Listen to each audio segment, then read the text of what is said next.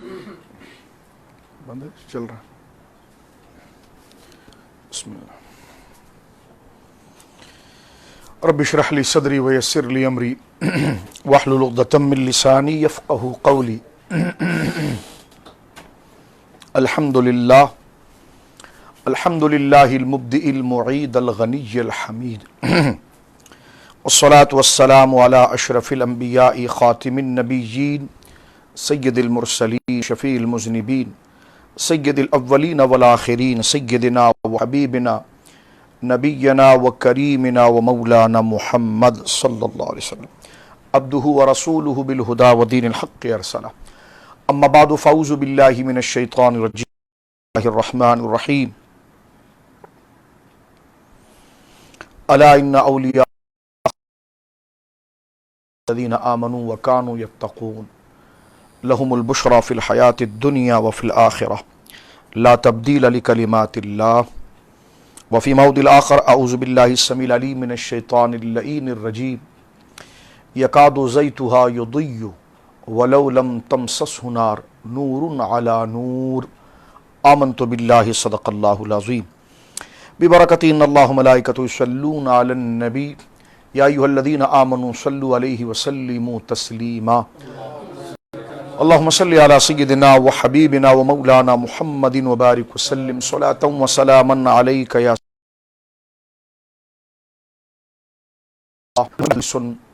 غرفا من البحر ورشفا من الديم منزه عن شريك في محاسنه فجوهر الحسن فيه غير منقسم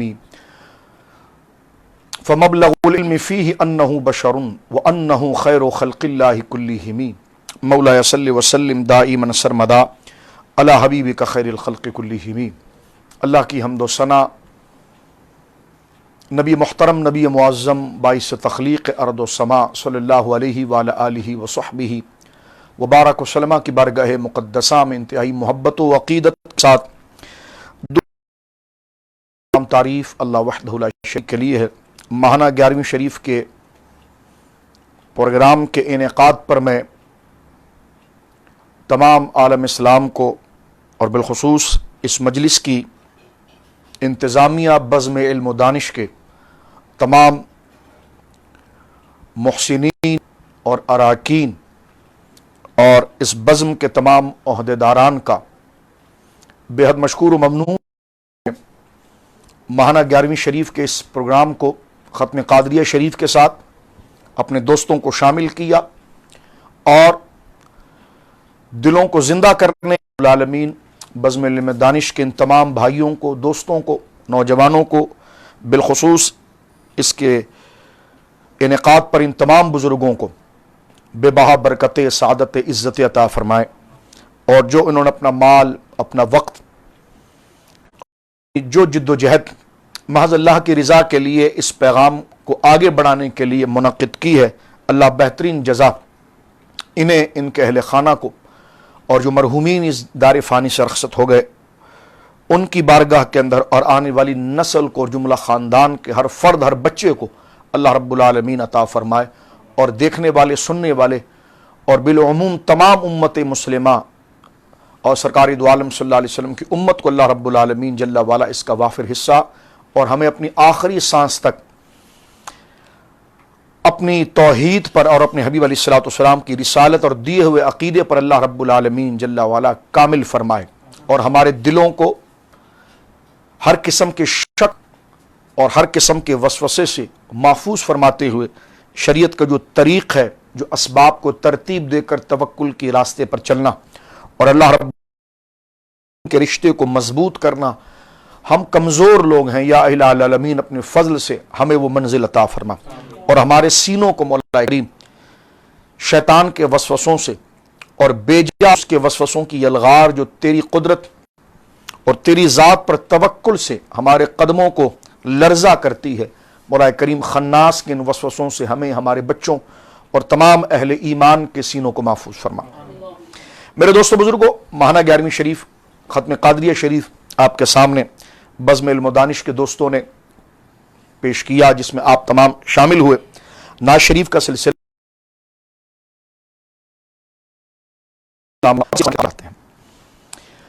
ختم قادریہ شریف کو نسبت ہے حضور سیدنا غوث اعظم رضی اللہ تعالیٰ عنہ کے ایصال ثواب کے ساتھ۔ حضرت غوث اعظم رضی اللہ تعالیٰ عنہ پر چند باتیں ہم سماعت کرنے کی سعادت اندر اس موضوع کی طرف بڑھیں گے، اس امید کے ساتھ کہ یا الہ العالمین اس ذکر کو تمام امت مسلمہ کی صحت کا باعث بنا دے، مریضوں کی شفا کا باعث بنا دے، اور عزیز کو اللہ رب العالمین اس وبا کی یلغار سے اور طوفان سے یہ ذکر پاک ایک سیسا پلائی ہوئی دیوار کے مانند سامنے، اور یہ وطن اس وبا سے محفوظ ہو جائے۔ اور یقیناً میں اس بات کو آگے بڑھتے ہوئے شروع کرنے سے پہلے ایک پیغام تمام دوستوں کو، احباب اہل سنت کو ذکر کرنا چاہوں گا، بغیر کسی خارجی اور بغیر کسی دینی منفعت کے۔ اس میں نہ ہمارا کوئی دینی مقصد ہے نہ کوئی سیاسی مقصد ہے، ہم کمزور لوگ ہیں، نہ کسی سیاسی رابطے سے کسی حلقے سے ہمارا کوئی مضبوط تعلق ہے، اور نہ کسی طاقتور اداروں سے تعلق ہے، ہیں سارے ہمارے، ان اداروں کو بھی اللہ سلامت رکھے، ان سیاسی حلقوں کو بھی اللہ سلامت رکھے، لیکن گویا کہ منفی پہلے میں نہ لیا جائے۔ میں بات کو آگے شروع کرنے سے پہلے عرض کرنا چاہتا ہوں کہ اس وقت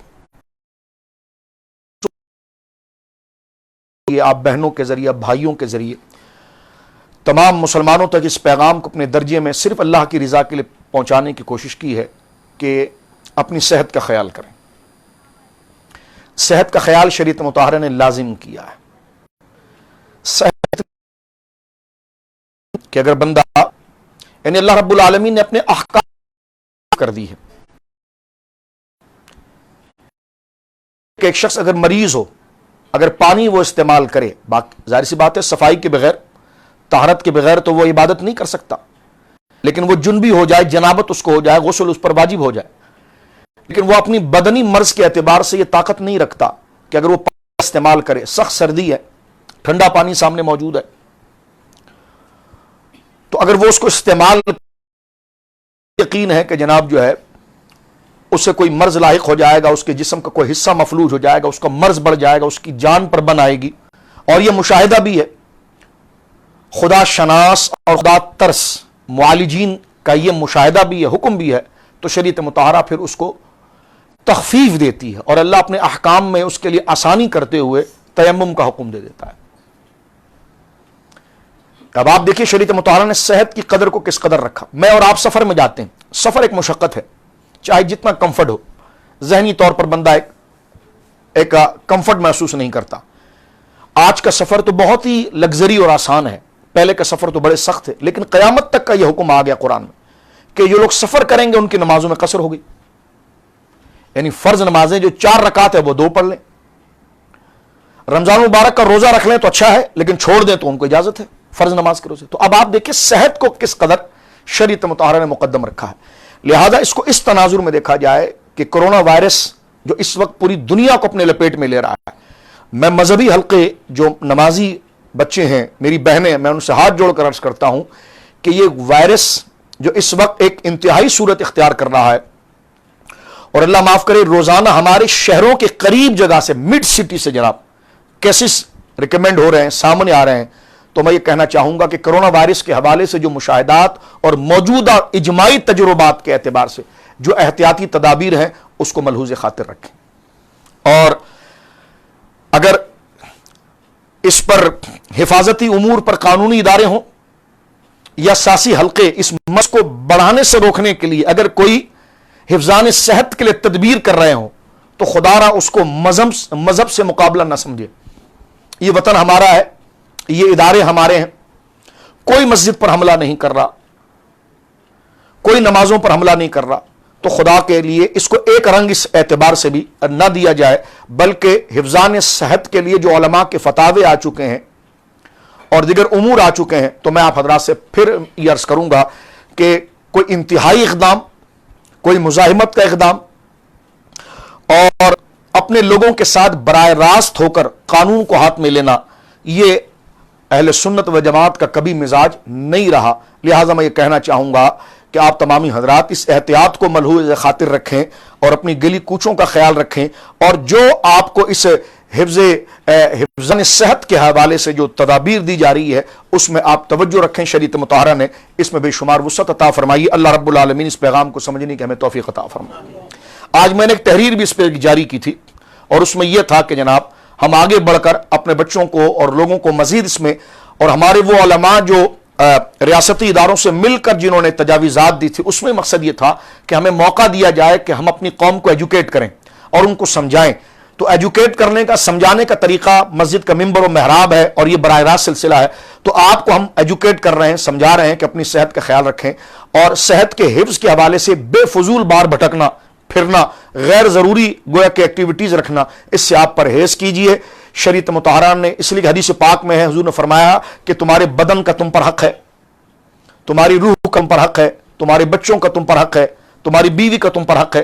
تو لہذا وہ صحابہ کرام جنہوں نے یہ عہد کیا تھا کہ ہم ہمیشہ روزہ رکھیں گے، سرکار نے روک دیا. جنہوں نے یہ عہد کیا تھا ہم شادیاں نہیں کریں گے، سرکار نے روک دیا. جنہوں نے یہ کہا تھا کہ ہم گھی نہیں کھائیں گے، پنیر نہیں کھائیں گے، سرکار نے روک دیا. سرکار نے فرمایا کیوں یہ کر رہے ہو؟ تمہارے جسم کا تم پر حق ہے. تو لہذا جسم کے حق کے حوالے سے شریعت مطہرہ نے اس کو لازم قرار دیا ہے. تو احتیاطی تدابیر کو ملحوظ رکھیں. گلی کوچوں کے اندر چوکڑی ڈال کر بیٹھنا، گلیوں کے اندر ایک ہجوم مچانا، جہاں پر ریاست کی طرف سے صرف دودھ کی دکانیں اور راشن کی دکانیں اور کھانے پینے کی دکانیں اس لیے کھولی گئی ہے تاکہ مریضوں کو دوائی بر وقت مل جائے. گھر میں جو خواتین ہیں ان کو کھانا بنانے کے لیے، بچوں کے لیے خوراک کی چیزیں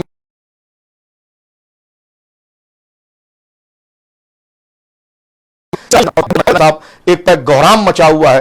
تو میں آپ سے پھر عرض کرتا ہوں کہ یہ وبائی مرض ہے اور وبائی مرض کے حوالے سے تمام اسبابی ترتیب کو ملحوظ رکھتے ہوئے سرکار علیہ الصلوۃ والسلام کا خود فرمان ہے کہ وبائی امراض جیسے طاعون کی مثال دی، اس سے ایسے بھاگو جیسے تم شیر سے بھاگتے ہو. حالانکہ اس کی کوئی حکمت اور وجہ ضروری ہے.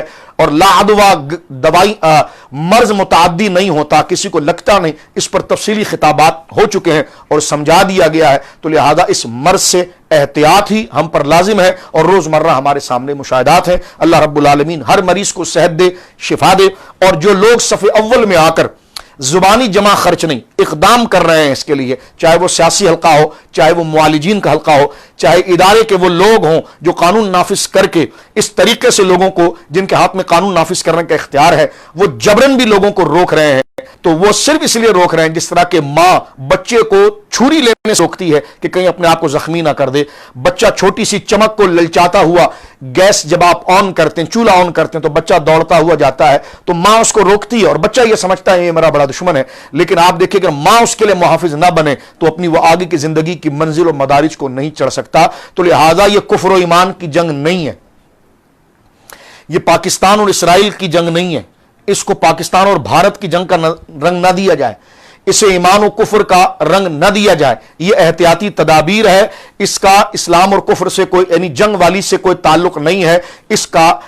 یہ جو لوگ ہمیں نصیحت کر رہے ہیں وہ ہمارے ہی خیر خواہ ہیں اور ہمارے ہی اپنے ہیں. اللہ رب العالمین ہمیں کسی تیسرے بندے کو شامل کر کے اس شرازے کو منتشر کرنے سے محفوظ رکھے. اور اللہ رب العالمین اس مشکل گھڑی کے اندر ایک قوم بن کے اس مرض کا مقابلہ اللہ کی توفیق اور اس کی رحمت سے کر کے اللہ رب العالمین اس وطن عزیز کو اس وبا سے بچانے کی طرف سے اللہ ہمیں.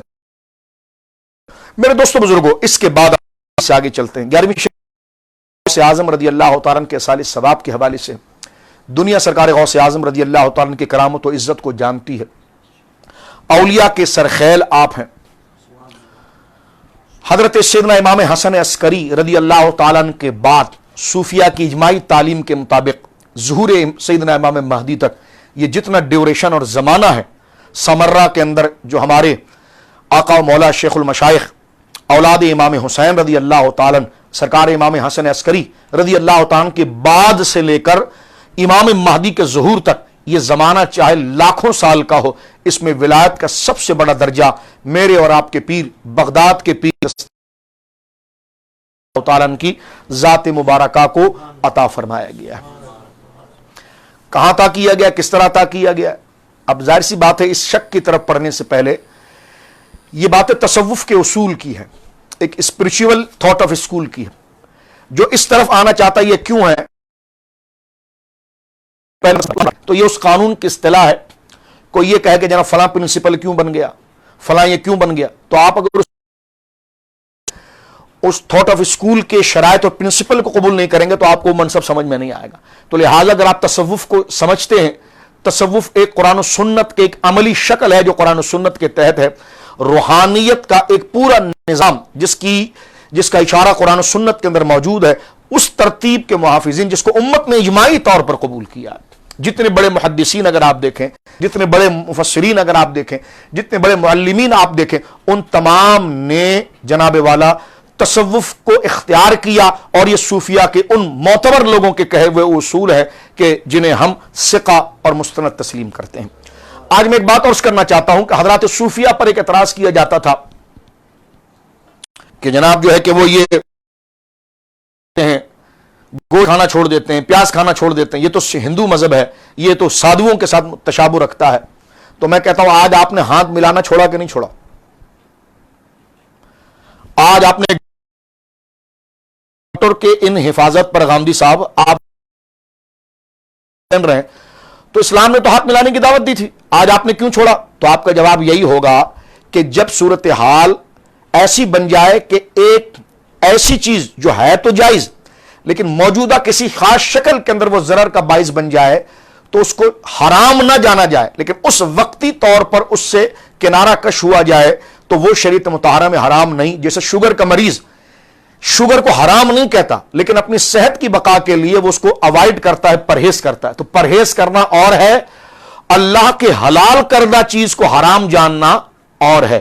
صوفیاء کرام رضوان اللہ اجمعین اپنے اصول میں جن چیزوں کو اوائڈ کرتے ہیں اپنی زندگی کے ساتھ، وہ اللہ کی پیدا کی ہوئی حلال چیزوں کو حرام نہیں قرار کر دیتے، بلکہ جس طرح ایک بدنی صحت کی ایک شرائط ہے، ایک ضابطہ ہے، اس کی ایک احتیاط ہے، اس کے ایک پرہیز کے ضابطے ہیں، اسی طرح جن لوگوں نے روحانیت کے اندر کمال حاصل کیا، انہوں نے روحانی امراض کو جانا، تو وہاں پر روحانی امراض کو دور کرنے کا طریقہ کیا ہے اور صحت روحانی پانے کا طریقہ کیا ہے. تو یہ وہ اصول ہیں جو حضرات صوفیاء کرام بیان کرتے ہیں، جو روزمرہ ہمارے سامنے میڈیکل میں آ گیا.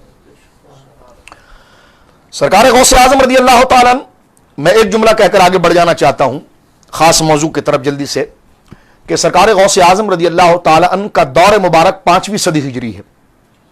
5ویں صدی ہجری وہ دور ہے کہ جو اسلام کا انقلابی دور ہے. 4 صدی ہجری اسلام کی صدی ہے. بر صغیر ہند کے اندر، غیر منقسم ہندوستان کے اندر، خواجہ صاحب کے یوم میں ہم نے آپ کے سامنے ذکر کیا، 4 صدی ہجری یعنی 14th سینچری، یہ اسلام کی سینچری رہی ہے. اس میں بر صغیر کے ان علاقوں کے اندر اسلام داخل ہوا. اسلام تو حضرات صحابہ کرام کے دور میں ہندوستان کے اندر آ چکا ہے، غیر منقسم ہند کی سرزمین پر، لیکن باقاعدہ طور پر ایک اقدامی صورت میں جہاں کفر ایک پورا منہ پھاڑے کھڑا تھا، تو اس صورت میں حضرت محمود غزنوی رحمۃ اللہ علیہ، حضرت شہاب الدین غوری رحمہ اللہ، پھر صوفیہ کا ایک سلسلہ.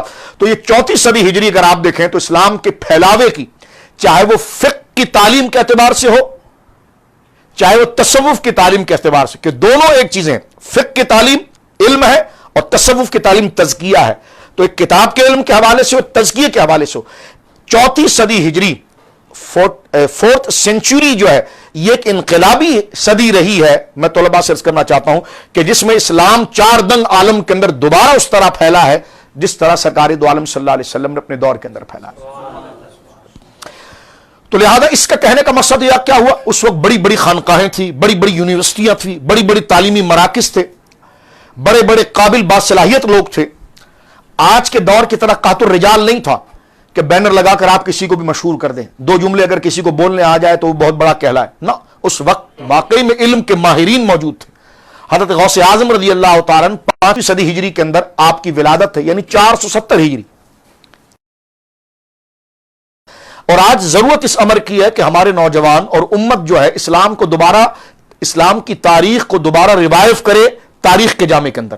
کیونکہ جب آپ تاریخ کے جامع میں جائیں گے تو شیطان اور وقتی جو وسوسے ذہن میں آ رہے ہیں وہ اس یقینی راستے کو فالو کرنے کی وجہ سے یقین کو لائے گا اور ان وسوسوں کو نکالے گا. جس طرح کہ ہمارے والدین انتقال کر چکے ہیں، ہمارے دادا پردادا انتقال کر چکے ہیں. شیطان اگر یہ وسوسہ میرے اور آپ کے دل میں ڈالے کہ تیرے دادا تو کبھی تھے نہیں، یہ قصہ کہانی ہے، آپ کے نانا تو کبھی تھے نہیں، یہ قصہ کہانی ہے، آپ خود ہی آسمان سے ٹپک پڑیں اور پھر رہیں، اور ہم کسی حد تک شیطان غالب ہو جاتا ہے. ہر وقت آپ کا اسٹل ایک مزاج نہیں رہتا، لیکن آپ اس وقت اپنے آپ کو پریپیئر کرنے کے لیے اور اپنے عقیدے کو اپنے فیملی کے ساتھ جوڑنے کے لیے ریوائیو کرتے ہیں. نہیں، میرے دادا تھے، ان کا فوٹو یہ ہے، ان کا خط یہ ہے، ان کی تحریر یہ ہے. تو یہ تحقیق اور تاریخ کے پاسٹ اور ماضی میں جب آپ جھروکے میں جھانکتے ہیں تو پھر وہ موجودہ شیطان کا وسوسہ آپ سے ہٹتا ہے اور آپ اپنی فیملی کے ساتھ جڑتے ہیں. یہی اسلام کے ساتھ ہے. اس وقت جو فضا چل رہی ہے، آپ اپنے اوقات کو صحابہ کے حالات پر، قرآن کی تلاوت کے ساتھ ساتھ حضور کی عظمت و شان پر، اور امت کی یہ پاکان اولیاء، ان کی تاریخ، ان کے حالات پر کہ یہ تھے. یہ فرضی طوطا مینا کی کہانی نہیں، یہ بلا تشبیہ بلا تمثیل، یہ کوئی جنگل میں ٹارزن کی کہانی نہیں، یہ حقیقت ہے، یہ ہسٹوریکل فیکٹ ہے، حقیقت ہے. ان کا وجود رہا ہے. کسی چیز کو قبول کرنے کے لیے جو ضابطے اور قانون ہوتے ہیں، اس قانون میں اگر آپ آ کر دیکھیں تو یہ وہ چیز ہے کہ جو آپ کے ذہنوں میں ایک برساتی مینڈک کی طرح جو آواز ذہنوں کے اندر آتی ہے اور بندے کے ایمان کو کمزور کر کے آپ کو اپنے ماضی سے کاٹتی ہے. یہی الہاد کا کام ہے، یہی بے دینی کا کام ہے کہ وہ آپ کو آپ کے ماضی سے کاٹنا چاہتا ہے. جہاں آپ کے ماضی سے کاٹ دیا تو داڑھی تو ہمارے چہرے پر رہے گی لیکن ایمان کی رمق نہیں رہے گی. لہذا ہماری پریزنٹیشن جو ابھی اس وقت ہے وہ اس زمانے میں ہے، لیکن ہمارا دل زندہ ماضی کی یادوں کے ساتھ ہے. لہذا دلوں کی زندگی اور ایمان کو جو رسد پہنچتی ہے وہ ماضی سے پہنچتی ہے. اور ماضی کون؟ قرآن. ماضی کون؟ قرآن تو حال بھی ہے لیکن اس کے نزول کا زمانہ، حضور علیہ الصلوۃ والسلام کا دور مبارک، صحابہ کا دور مبارک، اولیاء کا دور مبارک، یہ وہ آپ کا ماضی ہے کہ جس میں تھوڑی دیر آپ غور کرتے ہیں تو وہ کیفیت آتی ہے جس کو امام احمد رضا کہتے ہیں کہ ایسا گما دے ان کی ولا میں خدا ہمیں. ولا محبت کو کہتے ہیں، یعنی ہم اس طرح اس تاریخ کا یقین کے ساتھ مطالعہ کریں، اور یقین ہے کوئی لفاظی نہیں کر رہا. ان حضرات کے کارنامے ہیں، آج ان کے مقبرے موجود ہیں، آج ان کی فتوحات سے زمینیں موجود ہیں. جو الہاد اور ملحد اور بے دین قسم کے ایتھٹس ہیں وہ بھی اپنی تاریخوں میں لکھ رہے ہیں کہ وہ لوگ تھے، ان کے یہ کارنامے تھے اور وہ ہمارے اکابر تھے. ہم مانا کہ ان کے نقش قدم پر کما حقہ نہ چل سکے، لیکن ان کی یاد آج بھی ہمارے لیے اس وسوسے جو ہمارے اندر توکل کو کم کر رہی ہے، ہمارا رشتہ اللہ اس کے رسول سے کم کر رہی ہے. آج ان کی یادیں، ان کے حالات ہمارے لیے ایمان کی گرمی اور ایمان کی لذت کو دوبارہ تازہ کرنے کا ذریعہ ہے. اسی لیے تو دیکھیں سورہ ہود کے اندر اللہ نے بیان فرمایا وَكُلًّا نَقُصُّ عَلَيْكَ مِنْ أَنْبَاءِ الرُّسُلِ، اے نبی محترم ہم آپ کو ماضی میں آپ سے پہلے گزرے نبیوں کے قصے ہم سنائیں گے. اب دیکھیں اللہ نے یہ کیا نہیں کی. لوگ کہیں کہ جناب آج آپ بیٹھے ہیں جناب یہاں پر اس کمرے کے اندر 2-4 آدمی کو لے کر، ان واقعات سے کیا رکھا ہے؟ میں نے کہا اس میں بڑی حکمتیں ہیں، اس میں بڑی حکمتیں ہیں، بڑی حکمتیں ہیں. میرے دوستو بزرگوں، آپ ہوم اس نام سے اس کو باقاعدہ ٹائپ کر کے رکھتے ہیں تاکہ آپ اپنے کاروبار اور بزنس میں الجھ بھی جائیں تو آپ کی فون کی وہ جو انڈیکس ہے اس میں جب آپ ہوم پر آتے ہیں تو وہ لکھا ہوا کلمہ آپ کو آپ کا ماضی یاد دلاتا ہے. نہیں میں کہاں کھڑا ہوں، مجھے تو لوٹ کر جانا ہے، میں تو تھوڑے وقت کے لیے یہاں ہے. تو یہ پوری زندگی کو آپ اپنے سامنے رکھیے. اس کی زیادہ ضرورت اس وقت ہے کہ لوگ نا امیدی کی طرف جا رہے ہیں، اور یہ نا امیدی صرف ہماری جہالت اور دین کی دوری کی وجہ سے آ رہی ہے.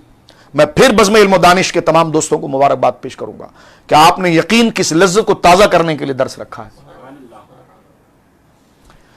تو لہذا ضرورت اس عمر کی کہ پہلے سے زیادہ اس وقت آپ کو حضور کے کمالات کو پڑھنا پڑے گا صلی اللہ علیہ وسلم. پہلے سے زیادہ آپ کو صحابہ کو پڑھنا پڑے گا، کیونکہ یہ رسد ایمانی اگر آپ کے دل کے اندر نہیں پہنچے گی، میں کوئی لفاظی نہیں کر رہا اور کوئی تقریر و خطابت کے جوش میں آپ سے بات نہیں کر رہا.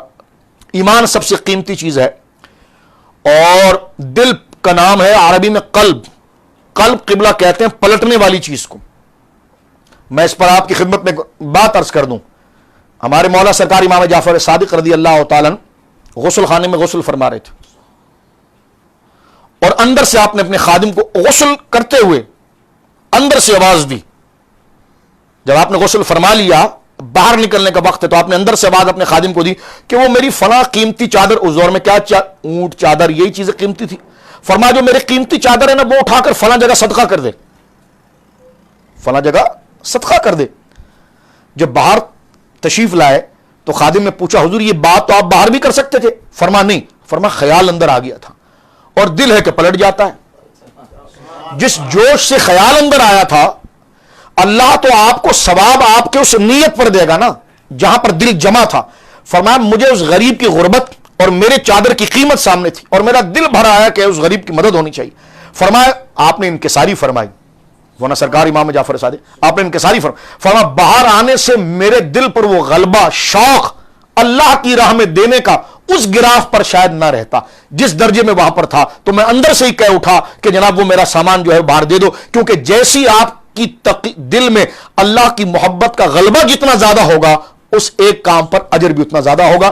انما الاعمال بالنیات. اس سے آپ اندازہ لگائیے کہ امام جعفر صادق نے یعنی کیا فرمایا کہ وہاں سے، اور سرکار دو عالم صلی اللہ علیہ وسلم کی حدیث مبارکہ ہے مشکات کے اندر میرے دوستوں بزرگوں کہ دل کی مثال بڑی توجہ کے ساتھ سرکار علیہ الصلوۃ والسلام کی باتیں، کیونکہ ظاہر دین فطرت ہے اور حضور علیہ الصلوۃ والسلام انسانوں کے معلم بن کر آئے، تو سرکار فرماتے ہیں دل کی مثال جو ہے وہ چٹیل میدان میں، توجہ سنیے، چٹیل میدان میں، ایک چٹیل میدان کھلے صحرا کے اندر پڑے ہوئے ایک سوکھے پتے کی طرح دل ہوتا ہے. دل کی مثال وہ اپنے اختیار میں نہیں، ہوا اس کو اڑا کے ادھر لے جاتی ہے، وہاں سے جھونکا آیا تو اڑا کر لے گیا.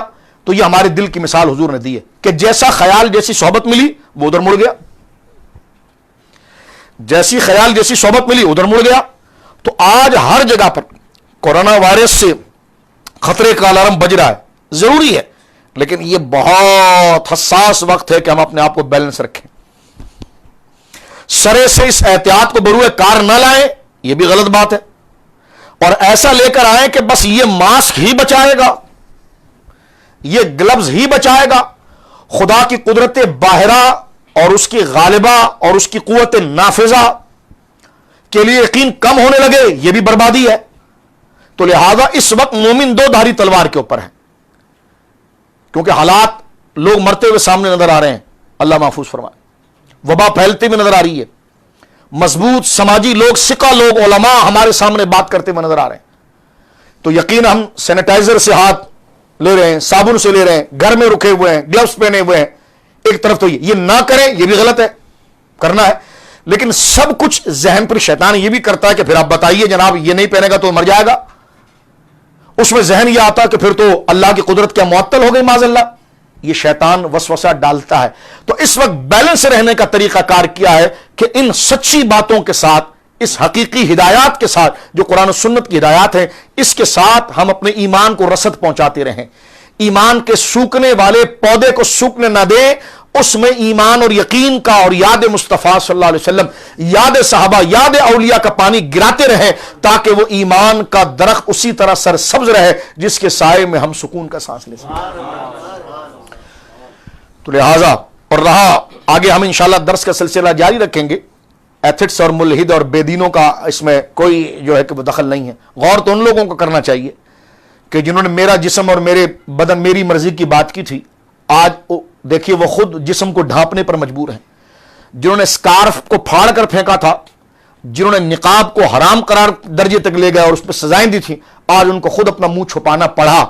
تو ہم نے کہا کہ دیکھیے یہ چیزیں سامنے آئیں تو اس میں کوئی شک نہیں کہ کورونا وائرس ایک آزمائش ہے، لیکن اس میں اچھوں کی عقلیں ٹھکانے لگ گئی ہے کہ کوئی سپر پاور ہو یا کچھ ہو. اب یہاں پر ہمیں فلسفہ سمجھ میں آتا ہے کہ نمرود جو اس وقت ساری دنیا پر یوں سمجھیے کہ بادشاہی کر رہا ہے اور اتنا زوم میں بڑھ گیا کہ خود کو خدا کہہ گیا معاذ اللہ، اور ایک لنگڑے مچھر سے خدا نے اس کو ذلیل کر کے مروا دیا. آج آپ دیکھیں بڑی بڑی سپر پاور ریاستیں ایک جرثومے سے، جس کی ایک مثال اتنی خفیف اور اتنی خسیس ہے کہ وہ نظر بھی نہیں آتا، اور اتنا ہلکا پھلکا اور بے وزن ہے کہ اللہ قیامت کے دن جب ساری اس عالم دنیا کو فنا کر دے گا تو پھر اللہ رب العالمین کی ذات خود گویا ہوگی. بتاؤ آج کس مالک کی قدرت اور بادشاہی ہے؟ ہاں اللہ اکبر. کون آج اس دن کا مالک ہے؟ وہ اللہ رب العالمین جل وعلا ہے. تو لہذا اپنے آپ کو اس احتیاط کے ساتھ بھی ضرور کار رکھیں. جس طرح ہم نے پہلے عرض کیا، یہ احتیاط کے جو تحفظات ہیں یہ بھی شفا لینے کا ذریعہ ہے، اور کوئی ثانی نہیں. دینی علوم میں آپ کو کوئی ثانی نہیں، سماجی خدمات میں آپ کو کوئی ثانی نہیں، معاملات خیر کے اندر آپ کا کوئی ثانی نہیں. یہ غوث اعظم رضی اللہ تعالیٰ عنہ کا مرتبہ و مقام و عظمت و جلالت رہی ہے. آج ہم درس کو غوث اعظم کے ذکر پر ہی رکھتے ہیں، لیکن میں ناظرین سے یہ کہنا چاہتا ہوں آج کیونکہ وقت اسی تمہید میں، کیونکہ حالات ہم سنتے رہتے ہیں، آپ سنتے رہتے ہیں، تو اس تبادلہ خیال کے حوالے سے کچھ کرنٹ ایشوز پر ہم بات نہ کریں آپ کے سامنے. تو ذہنوں کے اندر ایک شک پیدا ہوتا ہے کہ جناب ان ایشوز پر بات کیوں نہیں ہوئی. تو یہ درسی ہے، کوئی لفاظی نہیں ہے. روزمرہ اٹھنے والے معاملات کو ہم ایک گیدرنگ کے اندر شیئر کر رہے ہیں بزرگوں کی یاد کے تناظر میں. ہمارے قبلہ بزرگوں کا یہ حال رہا ہے کہ جب بھی وہ وبا یا ایسی جب مصیبت آ جائے جس کا ٹلنا مشکل ہو تو پھر وہ حضور سید عالم صلی اللہ علیہ وسلم کے کمالات کے ذکر کو، خدا کی رحمت کو اپنی طرف موڑنے کا ذریعہ بناتے تھے. یعنی رحمت اگر ناراض ہو گئی اور مڑ کر نہیں دیکھ رہی تو اس وقت رحمت کو موڑنے کے لیے اور متوجہ کرنے کے لیے جو ذریعہ بنتا تھا وہ ذکر مصطفیٰ ہے، شمائل مصطفیٰ صلی اللہ علیہ وسلم. سرکار علیہ الصلوۃ والسلام کا سراپا مبارک کہ حضور سید عالم صلی اللہ علیہ وسلم دکھتے کیسے تھے، سرکار کا بدن مبارک کیسے تھا، شمائل شریف، یہ ہمیشہ قبلہ قحط کے معاملات کے اندر یہ شفا کا ذریعہ بنا. اور حضور علیہ الصلوۃ والسلام کے معجزات مبارک. میں ناظرین سے کہوں گا انشاءاللہ دیکھیے کل تو ایک پروگرام ہے، منڈے سے پیر کے دن سے انشاءاللہ العظیم ہم براہ راست کوشش کریں گے آپ کے ساتھ معجزات مصطفیٰ صلی اللہ علیہ وسلم کے حوالے سے وہ بنیادی محبت سے بھری ہوئی باتیں جو آقا علیہ الصلوۃ والسلام کی عظمت و شان کو دلوں میں زندہ کرنے والی. اور اس وقت ضروری ہے کہ ہمارا دل جو دنیاوی وسوسوں کے ساتھ ایک ماند پڑ رہا ہے اسے روشنی اور زندگی دینے کے لیے کمالات مصطفیٰ کی کے کرم کی اسے نسبت دی جائے. جو ہمارے یقین کی شمع ٹمٹماتے ہوئے بجھنے کے قریب ہے اسے شرارہ دینے کے لیے، اسے لو دینے کے لیے، اسے تیز دینے کے لیے کمالات مصطفیٰ کریم صلی اللہ علیہ وسلم کی رسد حاصل کی جائے. تو لہٰذا ہم معجزات پر تو میں نے پہلے بھی عرض کیا تھا اس کی طرف ہم چلیں گے، لیکن آج صرف میں چند باتیں مزید مبارک باتیں جو حضور ہی کا فیضان ہے نا صلی اللہ علیہ وسلم. غوث اعظم کون ہے؟ یہ حضور کا معجزہ ہی تو ہے. یعنی ایک بندے کے اندر ایسے کمالات جمع ہو جائیں یہ ممکن نہیں ہے. ایک بندہ ایسا کمال پا جائے کہ 1000 سال تک اس کا کوئی ثانی اس پلے کا بندہ نہیں آتا اور لوگ اس کو بنیاد بنا کر اس سے ہدایت لیتے ہیں اور بڑے بڑے لوگ حیران ہو جاتے ہیں. جس طرح کہ حضرت امام محمد رحمۃ اللہ تعالی علیہ، حضرت امام اعظم ابو حنیفہ رحمۃ اللہ علیہ کے شاگرد ہیں اور سب سے چھوٹے شاگردوں میں سے امام محمد تھے. امام اعظم حنیفہ پر ہم نے یوم کیا پورا. امام اعظم کون ہے؟ حضور کا معجزہ ہے. میں نے ان کی شخصیت آپ کے سامنے کچھ ذکر کی ہے باعث برکت کے حاصل برکت کے لیے. اب آپ دیکھیے کہ ایسے کمالات انسان کے اندر ہوتے ہیں. اب آپ توجہ کیجئے میرے دوستو. تو امام اعظم کے سب سے چھوٹے شاگردوں میں سے امام محمد، امام اعظم جس وقت منصور نے آپ کو جیل میں بند کر دیا تھا تو امام محمد اس وقت آئے تھے اور ان کی عمر 8 سال تھی. انتہائی خوبصورت بچے تھے اور آپ کے ساتھ کیونکہ وہ جیل کی سلاخوں کے ساتھ سارے علماء طلباء بیٹھے تھے. وہ جیل نہ رہی، دارالنعمانیہ بن گئی تھی. منصور کو یہ بھی ڈر تھا کہ کہیں غداری نہ ہو جائے، لوگ آ نہ جائے. تو امام محمد چھوٹی سی عمر کے اندر حضرت امام اعظم و حنیفہ کے پاس پہنچے تھے. تو امام اعظم نے دیکھا یہ چھوٹا سا بچہ ہے، یہاں داڑھی والے سب بیٹھے ہیں اور یہ بے ریش ہے، تو تقویٰ طہارت کے اعتبار سے آپ نے پسند نہیں فرمایا کہ تو اب منع نہ کرتے، اتنا ان کو شوق تھا علم کا. امام ابو یوسف کے لیے کیا کہا تھا امام اعظم نے؟ آپ وہ بات یاد کیجیے. امام ابو یوسف آپ کے دست راست سے رائٹ ہینڈ ہے اور امام ابو یوسف وہی ہے کہ جب ان کی ماں بچپن میں ان کو بازار سے لے کر گزر رہی تھی اور امام اعظم نے ان کو روک کر کہا تھا کہ میری بہن نے اس بچے کو علم دین پڑھا، میں دیکھ رہا ہوں کہ یہ بادشاہوں کے دسترخوان پر بیٹھ کر زیتون کا تیل اور فالودہ کھائے گا. وہ بڑی خاتون ناراض ہوگی کیونکہ وہ تو بادشاہوں کی غذا تھی. کہہ لگے آپ ہمارے پھٹے ہوئے کپڑے کو دیکھ کر مذاق ہمارا اڑا رہے ہیں، ہم غریب ہیں تو آپ ہمیں تانا دے رہے ہیں. فرمایا نہیں میں تانا نہیں دے رہا، آپ ایسا کرو. اور ایک وقت وہ آیا کہ امام اعظم کی شاگردی میں وہ آئے اور پھر امام اعظم کے دور مبارک کے بارے میں ہارون رشید کے دور میں آپ دیکھیے حضرت امام ابو یوسف قاضی ابو یوسف یعقوب بن ابراہیم رحمہ اللہ آپ تشریف فرما ہوئے اور دسترخوان جب لگا بادشاہ کے لیے تو جو ہارون رشید کے لیے کھانا ہے وہ آپ کے سامنے زیتون اور فالودہ اور سارے شہد آپ کے سامنے رکھا گیا. اس وقت کی سب سے قیمتی غذا تھی. تو آپ کے آنکھوں میں آنسو آئے. تو پوچھا کیوں؟ کہا میرے استاد نے تو یہ زمانہ پہلے کہا تھا جب میں چھوٹا سے بچہ تھا. تو یہ جو کرامات امام اعظم سے ظاہر ہوئی ہے کیا ہے؟ ذرے جھڑ کر تیری پیزاروں کے تاج سر بنتے ہیں سیاروں. امام اعظم کی یہ جھلک جو ہے یہ سارا معجزہ حضور ہی تو ہے. او بھائی ستارے چمکے خود سے چمکے، سورج نے چمکایا. چاند چمکا خود چمکا، سورج نے چمکایا. جس دور کا سورج جتنا زور آور ہوگا، جس وقت کا سورج جتنا توانا ہوگا، اس دن کا چاند بھی اتنا توانا ہوگا. اس لیے علماء نے لکھا کہ نبوت کے فیض کی مثال آفتاب اور سورج کی ہے اور ولایت کے فیض کی مثال چاند اور ستارے کی ہے. اسی کو میرے امام نے کہا تھا کہ بجھ گئی جس کے آگے سبھی مشعلیں، شمع وہ لے کر آیا ہمارا نبی. اب یاد ہے کہ امام محمد رحمۃ اللہ تعالی علیہ، کیونکہ غوث اعظم کی زندگی مبارکہ پر جو ہمارا وقت ہے اس کو ہم مکمل کر رہے ہیں، اور ان بنیادی یادوں کے ساتھ امام محمد جب آئے تو 8 سال کے تھے. تو امام اعظم نے دیکھا کہ یہ چھوٹا سا بچہ ہے، یہ سب بڑے عمر کے بیٹھے ہیں. فرمایا جاؤ قرآن یاد کر کے، قرآن حفظ کر کے آؤ. فرمایا 2-4 سال لگائے گا، میں زندہ رہا تو پھر آگے بڑھا دوں گا، اور ورنہ اس مجلس سے یہ چلا جائے. وہ 8 دن کے بعد واپس آئے. کتنے؟ 8 دن کے بعد امام اعظم کے سامنے آ کر بیٹھے تو امام اعظم نے اس بچے کو دیکھا، محمد بن حسن شیبانی کو. فرمایا تو پھر آ گیا؟ انہوں نے قرآن یاد ہو گیا. 8 دن میں قرآن پاک کو حفظ کیا. چھوٹی سی عمر، 8 سال کی عمر آپ دیکھیے، اور آپ اندازہ لگائیں اتنی چھوٹی عمر کے اندر آپ نے قرآن پاک کو اتنی جلدی حفظ کیا. یہ معجزات مصطفیٰ ہے. حضرت امام محمد کو پھر خاص طور پر امام اعظم حنیفہ وقت دیتے تھے اور ان کو پڑھایا. امام محمد اتنے جل القدر امام تھے کہ اس وقت اختصار کے ساتھ میں عرض کروں، فقہ حنفی کے اصول اور پرنسپل کو جس نے کتابی شکل میں منتقل کیا وہ امام محمد ہے. امام محمد نے قرآن و سنت کے تمام دلائل کو سمجھنے کے لیے پرنسپل امام صاحب سے سمجھے، اور باقاعدہ اس کی آئیڈیاز اور اصول کو آپ نے، اس کی ٹرمز کو آپ نے جمع کیا. ایک یہودی نے جب آپ کی کتاب کو پڑھا تو آپ کی ذہانت کو دیکھ کر حیران ہوا. اس نے کہا محمد صغیر کا یہ دماغ ہے تو جو محمد کریں گے ان کی شان کیا ہوگی. یعنی ان کا نام بھی محمد ہے اور ان کے جو نبی ہے محمد صلی اللہ علیہ وسلم ان کا نام بھی محمد ہے. تو جب یہ محمد، یہ جو محمد صغیر ہے، یہ چھوٹا محمد جو ہے، یعنی جو عمر کے اعتبار سے کہا اس نے اس کے انداز میں کہ جس کی یہ شان ہے تو جو اصل میں بڑے محمد ہیں ان کی شان کیا ہوگی. تو اب آپ دیکھیے یہ سب سرکار دو عالم صلی اللہ علیہ وسلم کی معجزات میں سے. امام محمد رحمۃ اللہ تعالی علیہ نے نکاح کیا تھا امام شافعی کی والدہ سے. امام شافعی کی والدہ بیوہ ہو گئی تھی اور وہ پھر ان کا نکاح امام محمد کے ساتھ ہوا. تو امام محمد نے ہی امام شافعی کو پڑھایا ہے. تو اس لیے ہم شبافے کو بھی کہتے ہیں کہ امام شافعی کو پکی پکائی چیزیں جہاں سے ملی اور گھر سے ملی تو ان کی تربیت، جیسے حضرت محمد بن ابی بکر کی تربیت مولا مرتضیٰ نے کی تھی، اور بیٹے وہ حضرت ابو بکر صدیق کے ہیں، لیکن کیونکہ ظاہر سی بات ہے ان کی امی جان اسما بنت عمیس تھی، تو بعد عدت ان کا نکاح حضرت مولا علی سے ہوا.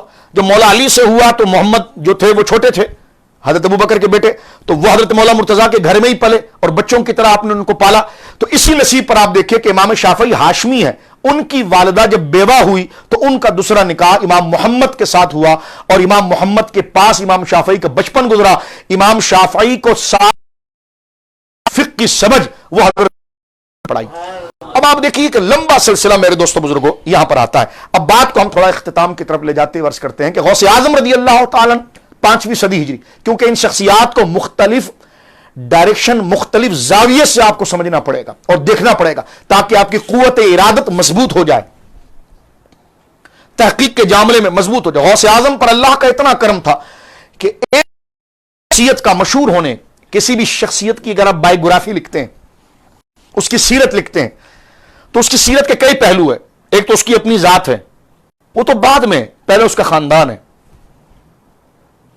اس کی فیملی ہے، اس کے ماں باپ ہیں، اس کے بھائی بہن ہیں، پھر اس کی ذات ہے، پھر اس کی ذات بھی بعد میں، پھر اس کے استاذ ہیں، جہاں اس نے پڑھا وہ ہے، جس وقت میں پیدا ہوا وہ ہے، پھر اس کی ذات کے کمالات، یعنی اس کی اپنی ذات تو بڑے بعد میں آتی. پہلے یہ سلسلہ ہے.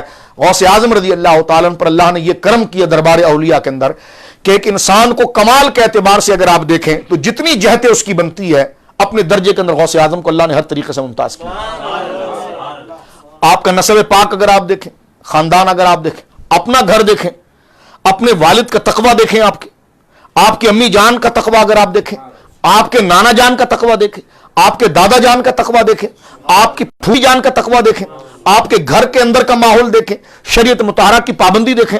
جس زمانے میں آپ پیدا ہوئے وہ زمانہ اولیاء کا تھا. جو وقت آپ نے بغداد میں گزارا، بڑے بڑے اقطاب اور اولیاء موجود تھے.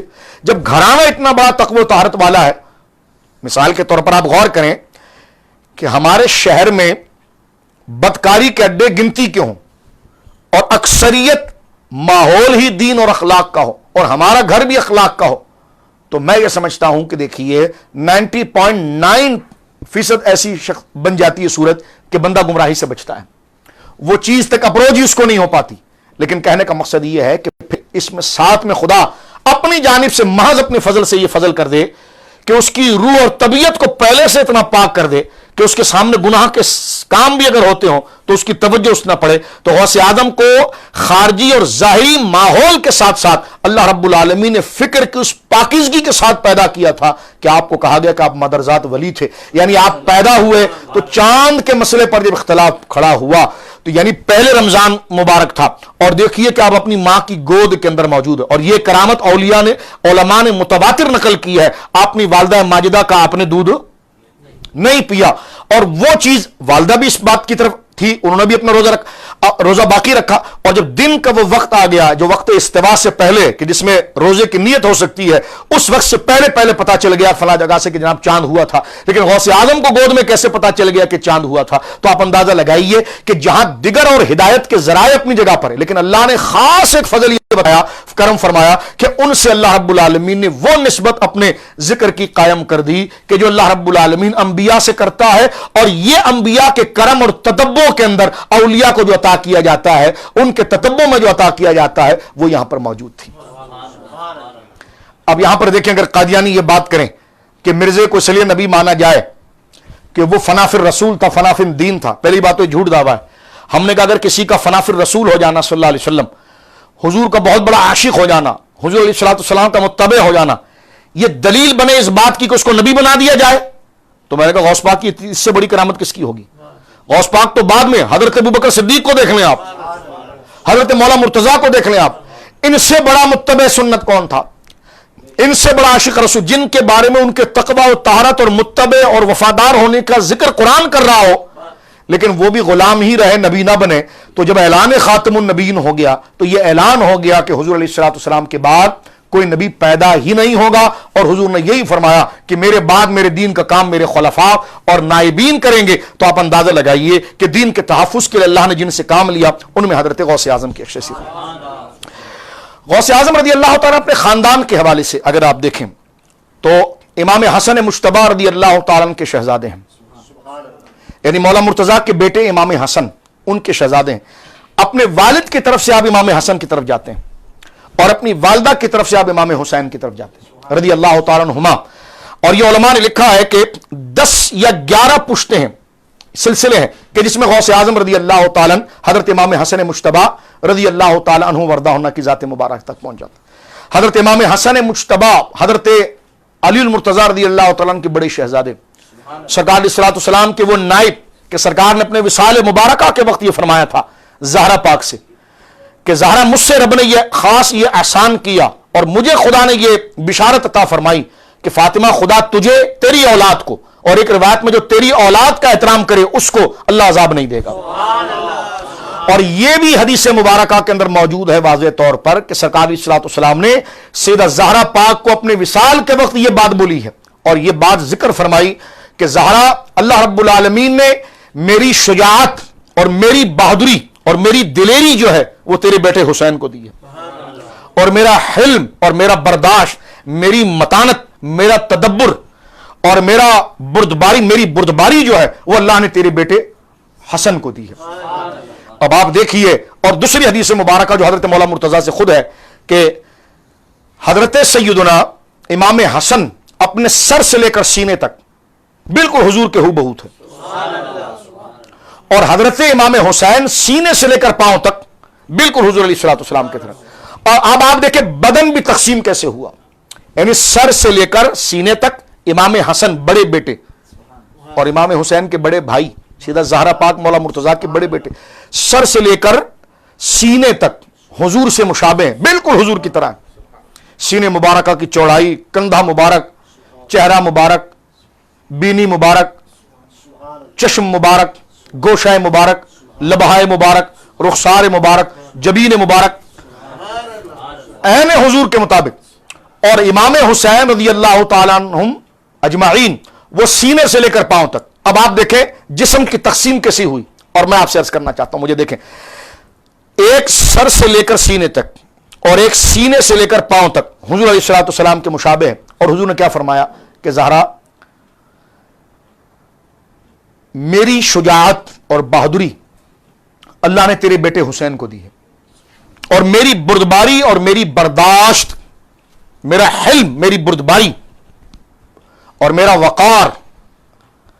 بردباری کس کو کہتے ہیں؟ ایسی برداشت، ایسی متانت کہ غیر ضروری معاملے میں نہیں الجھنا، اور ایسی کوئی حرکت نہ کرنا جو مروت کے خلاف ہو. کسی چھچورے کا منہ لگ جانا، اس پر جلد غصہ آ جانا، یہ سارے متانت کے خلاف ہے. اور نبوت کا سب سے بڑا وصف یہ ہے کہ نبی بردبار ہوتا ہے، اور انسان کا اصل کمال اس کی بردباری ہے. بردباری سے مراد اس کا میچور ہونا، کہ کہاں کب بات کرنی ہے، کہاں غصہ ہے، کہاں نرمی ہے. اس کا برداشت، اپنے مقصد کو اچیو کرنے کے لیے ہر مشکل کو برداشت کرتے ہوئے آگے بڑھنا، اور نادان کی سختی کو برداشت کرنا، اور اس کے بھلائی کو ترجیح دیتے ہوئے اپنے آرام کو چھوڑ کر اس کے لیے بھلائی کا کام کرنا. اتنی جواں مردی اور باخلاقی جس کے اندر ہو، وہ حلم ہے. اور نبوت کا، نبی کا سب سے بڑا مقام نبی ہونا یہ ہے کہ وہ حلیم ہوتا ہے. نبی گالیاں نہیں دیتا، نبی چھچونوں سے نہیں الجھتا، نبی بد زبانی نہیں کرتا، نبی جھوٹ نہیں بولتا. ہمارے آقا کی شان مبارک ہے کہ سرکار کبھی کسی سے یوں بات نہیں کرتے تھے ایسی انگلی اٹھا کر، یعنی شرم اور بردباری ایسی کہ سرکار اگر کسی سے بات بھی کرے تو ہاتھ کا پورا اشارہ کریں. سرکار کبھی ترچھی آنکھوں سے نہیں دیکھتے، فرمایا نبی کی آنکھ کبھی خیانت نہیں کرتی. اب آپ دیکھیے، صرف ترچھی آنکھوں سے دیکھنا یہ بھی مروت کے خلاف ہے. یعنی یہاں تک شرم، حیا اور مروت ہے کہ سرکار دو عالم صلی اللہ علیہ وسلم اپنے دشمن کو بھی کبھی ترچھی آنکھوں سے نہیں دیکھتے. یعنی ترچھی آنکھوں سے، فرمایا نبی کی آنکھیں کبھی گویا کہ خیانت نہیں کرتی. یہ سرکار اسلام. اور فرمایا کہ حدیث پاک میں ہے کہ حضور کی حیا اور شرم ایسی تھی کہ جس طرح کہ کنواری لڑکی کی شرم و حیا نہ ہو، اس سے زیادہ حیا و شرم سرکار علیہ الصلوۃ والسلام. تو یہ ساری بردباری کے وہ مراحل ہیں. اور سرکار علیہ الصلوۃ والسلام فرمایا کہ میری بردباری اللہ رب العالمین جل وعلا نے حسن کو دی ہے. میں کہتا ہوں آپ ذرا غور کیجئے، جو نبوت کا اصل وصف ہے قبلہ بردباری، وہ امام حسن کو ملی، وہ نبی بنا دیے گئے. اور اس بردباری کے نفاذ کے لیے جو نبی کی شجاعت ہے کہ دنیا ادھر سے ادھر ہو جائے، نبی ڈرتا کسی سے نہیں، کیونکہ اس کا لنک اللہ سے ہوتا ہے، اس کو انجام کی خبر ہوتی ہے. اس لیے وہ مردانگی کے ساتھ، شجاعت کے ساتھ کھڑا ہوتا ہے. اور شجاعت کا کئی معنی، ایک تو دشمن پر لپک جانا اور اس کی سورس، اس کی طاقت کا کوئی خاطر میں نہ لانا اور اپنے عزم کو پورا کرنے کے اسے بھڑ جانا، یہ ایک شجاعت ہے. لیکن شجاعت ایک یہ بھی ہے کہ جب آپ پوری طاقت و توانائی کے ساتھ دشمن پر غالب آ جائیں، اور وہ جس نے آپ کو جان کا آپ کا دشمن رہا ہو، آپ کے خون کا پیاسا رہا ہو، آپ کی عزت کو نیلام کرنے میں اس نے کوئی کسر نہ چھوڑی ہو، اور ایک وقت ایسا آ جائے جناب کہ آپ کو پورا کنٹرول جناب اس پر مل جائے کہ اب آپ اس کی گردن کو چاہے یوں موڑ دیں، چاہے اس کو زندہ دفن کر دیں. اور ایسے وقت میں کہ جب آپ کے ہاتھ میں اس کی گردن آ چکی ہو، اور وہ آپ کا ایسا دشمن ہو کہ اس کا خیال بھی آپ کے دل کو زخمی کر دیتا ہو، لیکن جب وہ آپ کی آنکھوں کے سامنے آ جائے اور اس مکمل کنٹرول پر آ جائے وہ، اور آپ اس کو کہہ جا میں نے تجھے معاف کر دیا. میں کہتا ہوں یہ شجاعت کی وہ انتہا ہے، شجاعت کی وہ انتہا ہے. کبھی ہم اپنے آپ پر کمپیر کریں، یعنی سخت نظر سے بھی نہ دیکھیں. ہم جتنے چاہے نیک ہو جائیں، ہمارا دشمن ہمارے سامنے آ جائے اور وہ کہے معاف کر دیں، تو ہم 2-3 دفعہ نخرے کر لیں، پھر خیال ہے کہ نہیں اللہ نے معاف کرنے والوں کو، یہ تقویٰ بھی اگر ہم کو مل جائے، اللہ رب العالمین نے معاف کرنے والوں کو پسند کیا ہے، لیکن اس کو ہم کہے پھر بھی ایک دو چٹکی بھرے دیں، کیونکہ انسان ہے، جذبات پھر بھی چھلک جائے، دیکھ یار تو نے وہ بات بڑی غلط کی تھی، میں تجھے معاف تو کرتا ہوں لیکن تو نے میرا دل بڑا دکھایا تھا. لیکن اب آپ دیکھیں کہ سارا کنٹرول ہاتھ میں آ جائے اور سرے سے کچھ نہ کہے اور فرمایا انتم طلقاء، کہ جاؤ مکہ والوں میں نے تمہیں آزاد کر دیا. آج میں تمہارے لیے وہی جملہ بولوں گا جو میرے بھائی یوسف نے کہا تھا کہ لا تثریب علیکم اليوم، آج تم پر کوئی زیادتی نہیں، آج میں چاہوں تو تمہارے مکانوں کی اینٹ سے اینٹ بجا دوں. یعنی حضور نے کہا نہیں، لیکن میسج پورا وہ لشکر دے رہا تھا کہ آج چاہیں تو پلین کر دیں، ملیا میٹ کر دیں، نہ کوئی بچہ بچے، نہ کوئی عورت بچے، نہ کوئی مرد بچے. لیکن مکہ کے اندر جب حضور داخل ہو رہے ہیں، سر پر کالا امامہ شریف ہے، اور صحابی حضرت زید بن ارقم ایک صحابی پیچھے تشریف فرما ہے، وہ کہتے ہیں کہ میں نے، اسامہ بن زید تشریف فرما، وہ کہہ رہے ہیں کہ میں نے دیکھا کہ حضور جب مکہ کے اندر آ رہے ہیں، جس شہر سے آپ کو نکالا گیا، اس محبوب شہر سے نکالا گیا جو آپ کا محبوب ترین شہر تھا، جس کے وقت نکلتے وقت حضور روئے، جہاں حضور کا بچپن گزرا تھا، لیکن آج جب آئے اور فاتح بن کر آئے، اور ان لوگوں نے گزشتہ 8 سال حضور علیہ الصلوۃ والسلام کو قتل کرنے کے لیے، سرکار کے صحابہ کو نقصان پہنچانے کے لیے کون سا ایسی کسر تھی جو نہ چھوڑی ہو، لیکن جب حضور تشریف لائے تو اس طرح آ رہے ہیں کہ سر مبارک جھکا ہوا ہے، اور سر مبارک اونٹنی کے سامنے کجاوے کی جو لکڑی ہے جو ڈولی اوپر رکھتے ہیں اس میں جا کر لگ رہا ہے، اور یہ میسج جا رہا ہے، سینہ تان کر نہیں آئے، کوئی فاتح کہیں پر آتا ہے تو تلوار کھینچ کر آتا ہے، حضور کے ہاتھ میں سب کچھ آئی، لیکن سرکار نے سر مبارک اللہ کے حضور شکر میں جھکایا، اور کانوں میں پھر وہی کی آوازیں گونجنے لگی، انا فتحنا لک فتحا مبینا، کہ حبیب ہم نے آپ کو ایسی روشن فتح عطا فرمائی۔ اور جس وقت حضور علیہ الصلوۃ والسلام کی اونٹنی خانہ کعبہ کے اندر داخل ہوئی، اللہ اس دن کے صدقے خانہ کعبہ کی اس فضا اور بہار کو دوبارہ آباد کر دے۔ اور سرکار کی اونٹنی جب چکر لگا رہی تھی تو سرکار نے یہی فرمایا تھا کہ من دخل دار ابی سفیان فهو آمن، من دخل دار ابی سفیان فهو آمن، جو ابو سفیان کے گھر میں چلا گیا وہ امن میں آ گیا، جس نے اسلحہ نہیں اٹھایا وہ امن میں آ گیا، جو اپنے گھر میں ہی رہا اور دروازے کھڑکی بند کر لی وہ امن کے اندر آ گیا۔ سرکار، اور لوگ حیران تھے کہ اب ہماری گردنیں اتاری جائیں گی، لیکن جب انہوں نے زبان سے یہ سنا، تاریخ میں کبھی ایسا ہوا نہیں تھا کہ اتنے بڑے دشمن سامنے موجود ہیں اور پورا کنٹرول ہے اور اس میں معافی کا اعلان کر دیا گیا ہے، اللہ اکبر۔ تو یہ وہ حلم برداشت تھا جس کو سرکار علیہ الصلوۃ والسلام نے فرمایا کہ فاطمہ، میرا یہ برداشت اگر میری امت نے دیکھنا ہے تو میرے بیٹے حسن کے اندر۔ اور یہی ہوا، دیکھیں جب حضرت امیر معاویہ رضی اللہ تعالیٰ عنہ سے صلح ہوئی حضرت امام حسن کی، تو ایسا نہیں تھا کہ امام حسن کو ہی حضرت امیر معاویہ کے ہاتھ میں آ گئے، حضرت امام حسن رضی اللہ تعالیٰ عنہ، بلکہ میں اس کو بیلنس کر کے یوں کہوں گا، حضرت امیر حسن بن علی، کیونکہ اس وقت امیر حضرت امام حسن تھے، مولا امام حسن تھے۔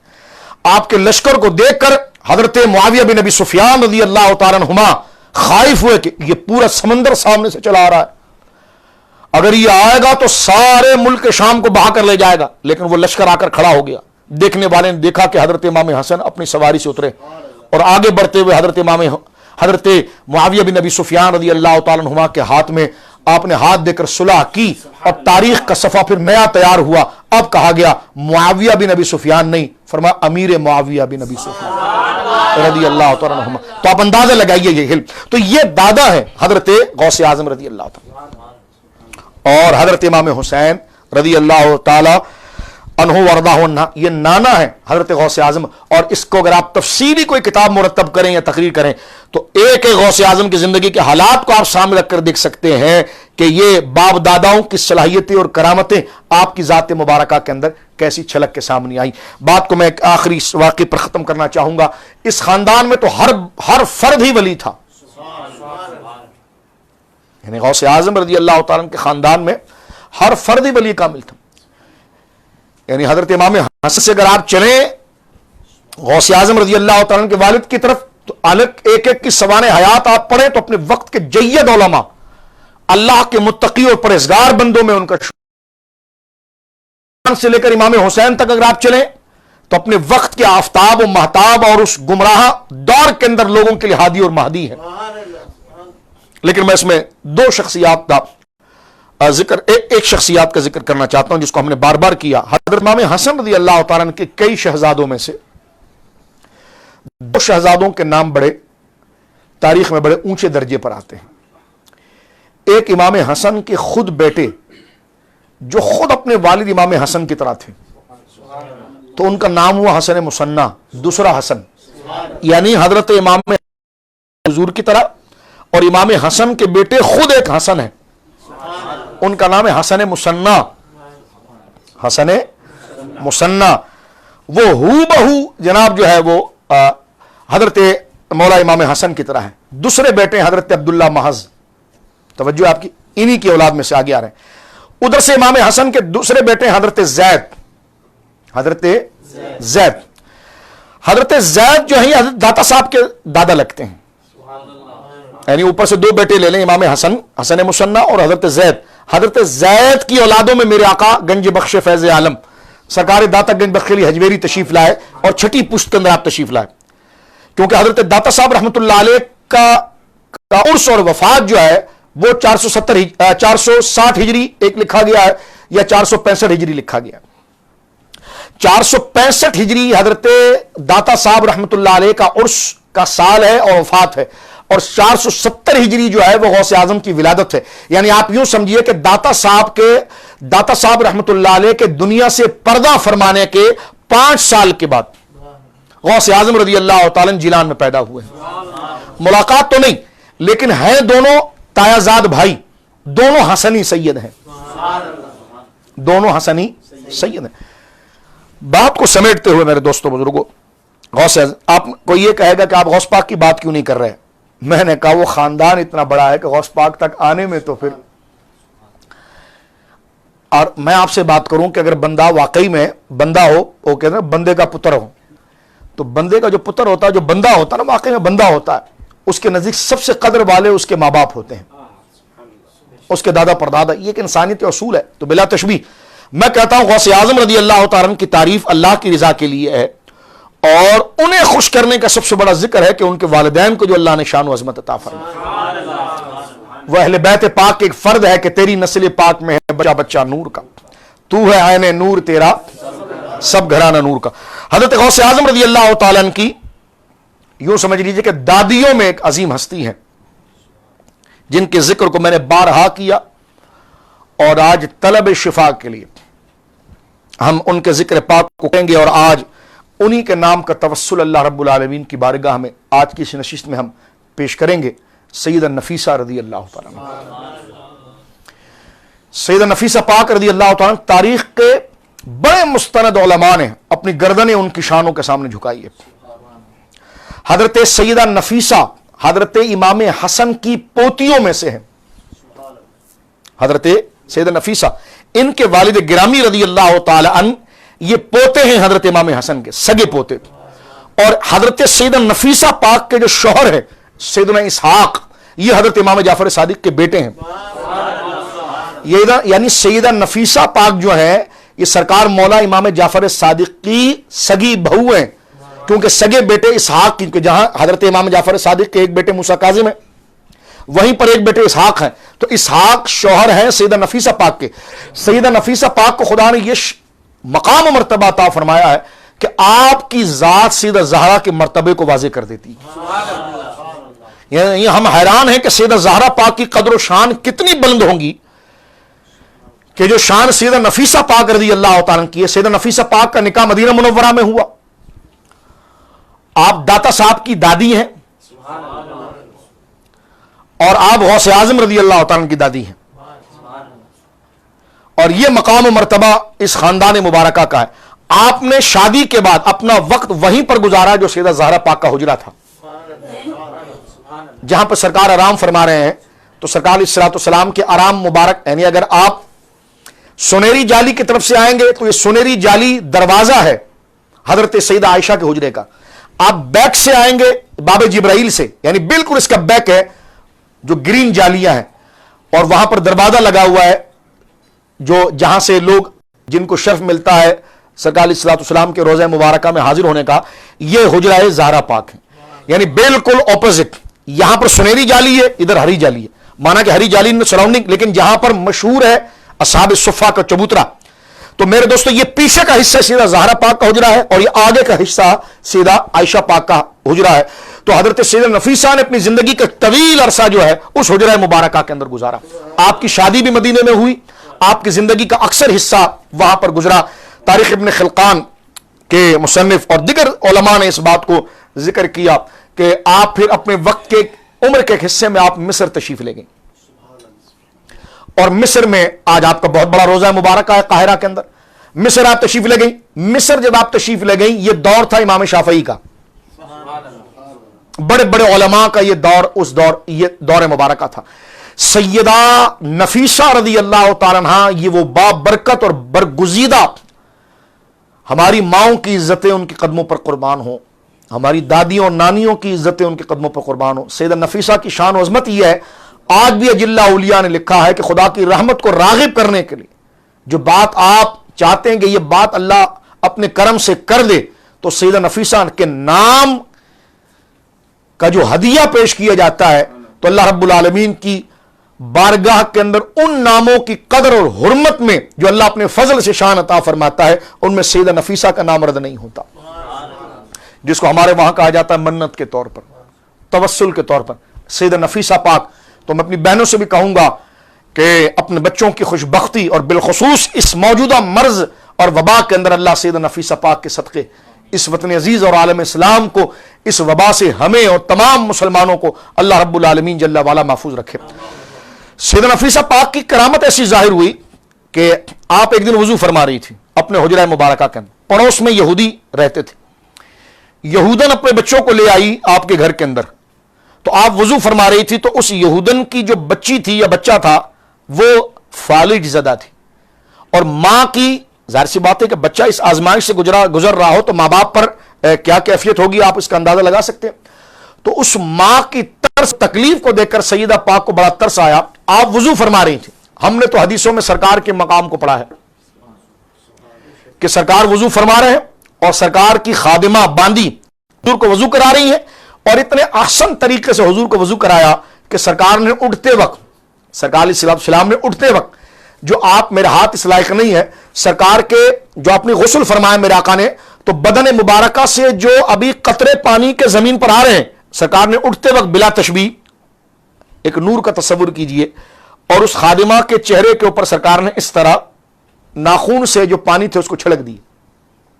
مصنف ابن شیبہ امام بخاری کے دادا استاد وہ لکھتے ہیں کہ ان کی عمر 80 سال ہو گئی خاتون کی، جہاں جہاں پانی کے قطرے لگے تھے وہ بال کالے تھے اور چہرے سے ان کی جوانی کے آثار نہیں گئے تھے۔